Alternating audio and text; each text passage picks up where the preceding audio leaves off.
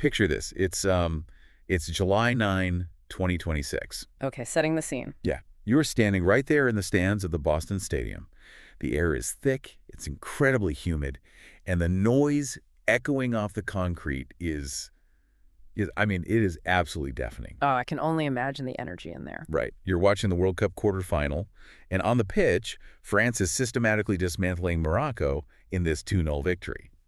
But the real story of this match, it wasn't just the final scoreline. No, not at all. It was so much bigger than that. Exactly.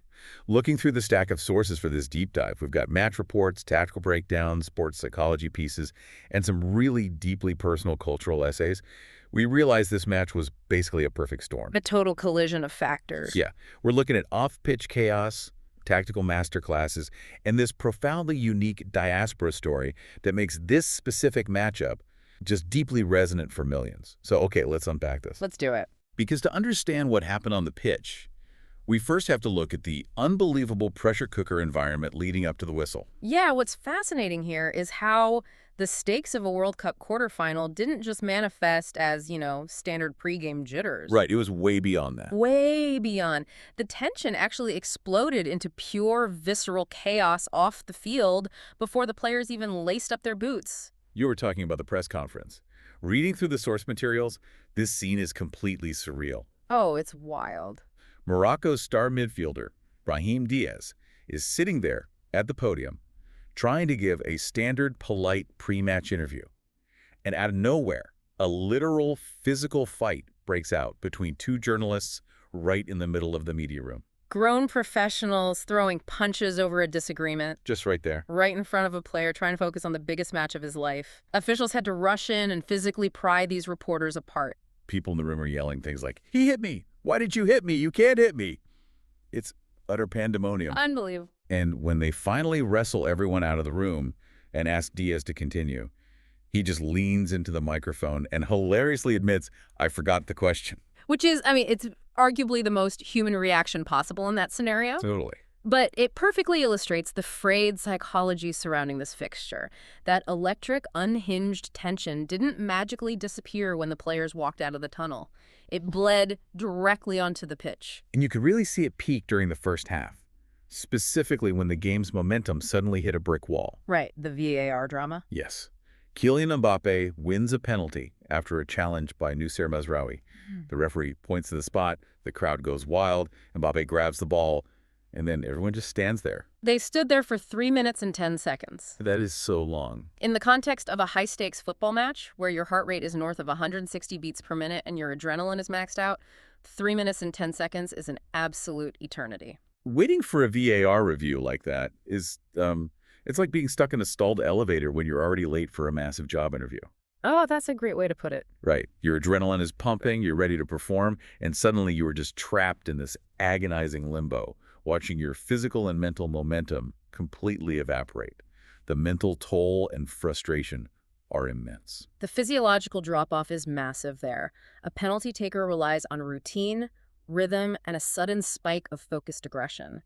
When you force a world-class player like Mbappe to just stand over the ball for over 3 minutes, his muscles literally start to cool down. Wow, just standing there freezing up. Exactly. And worse, he starts to overthink. The psychological loop goes from pick a corner and strike to second-guessing the keeper's stance. The mental toll is immense, and the result... Yassine Bounou saves it. The Moroccan keeper makes a brilliant diving save. The global reaction to that delay was instant, too. Erling Haaland was watching from his team hotel and posted a Snapchat complaining that a 5-minute wait is way too long. He deleted it later, right? Yeah, he deleted it, but he captured what everyone was feeling. Over on the ITV broadcast, Roy Keane was fuming.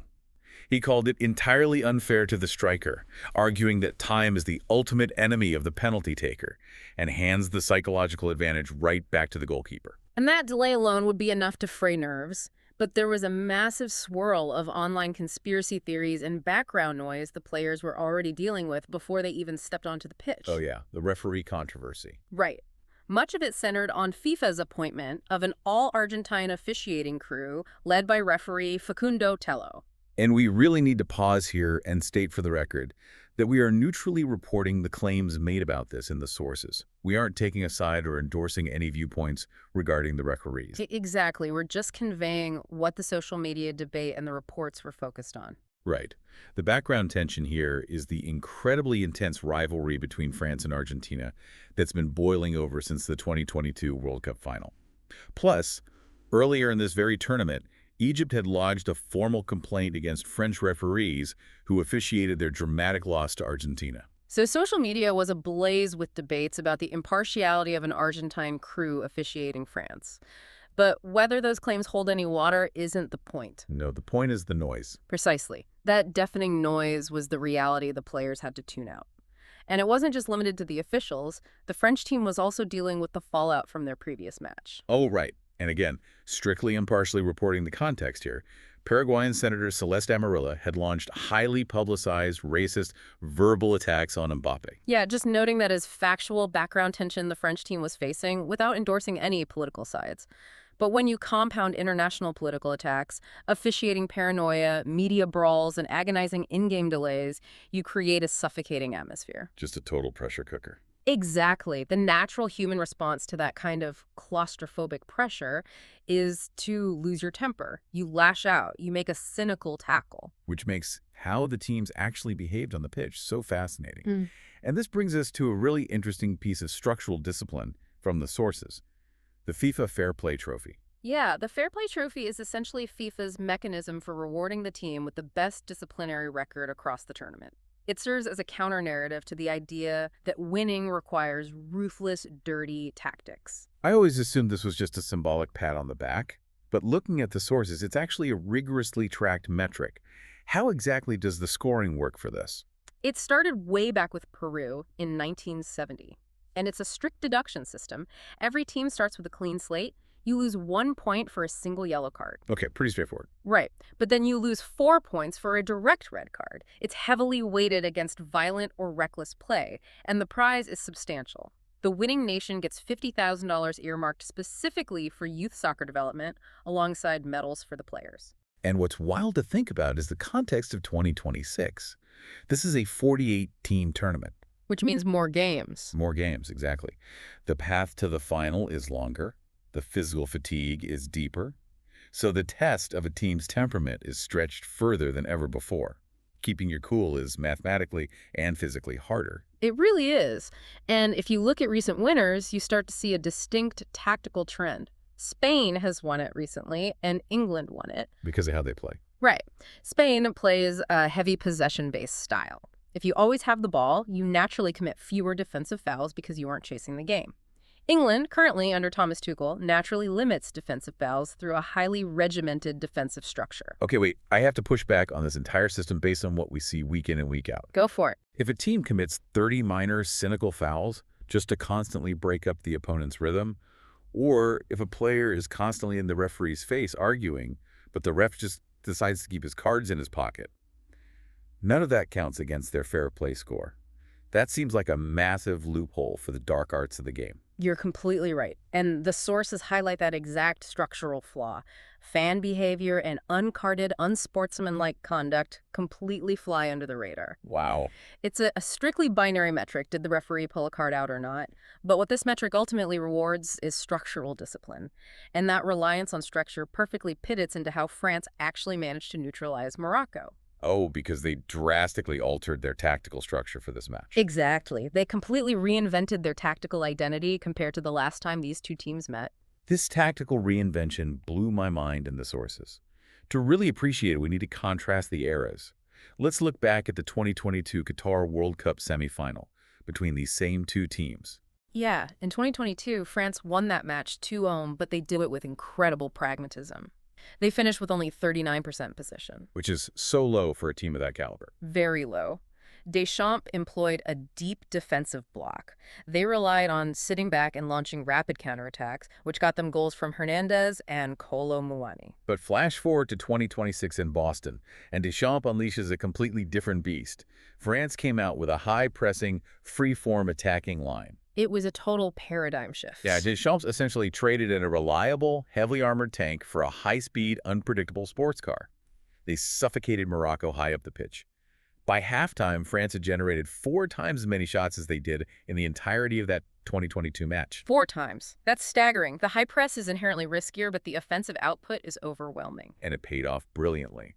After that agonizing VAR delay and the missed penalty, Mbappe got his redemption right on the hour mark with a stunning strike. A phenomenal goal. And Ousmane Dembélé struck almost immediately after that.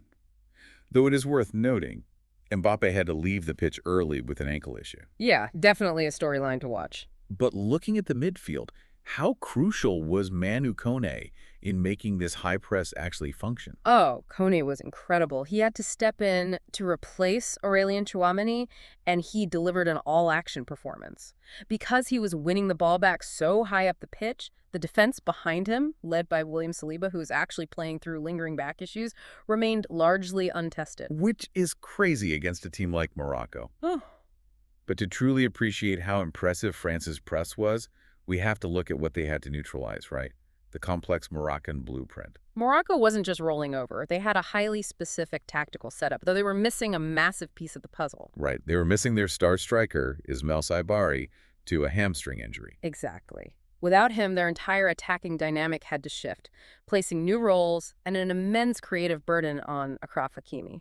Now, Hakimi is famously a right back, but he wasn't playing a standard defensive role here, was he? Not at all. Hakimi was operating as a wide playmaker. Instead of just hugging the sideline, Hakimi was making these overlapping and underlapping runs right into the half spaces. Slicing right through the line. Yeah.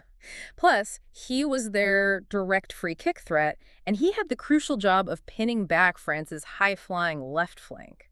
But if we connect this to the bigger picture, Please do. what's crucial to understand is that Morocco's strategy wasn't just about one player. It was a highly organized collective effort. Under their new coach, Mohamed Ouabi. Right, who took over from Walid Regragui in March 2026.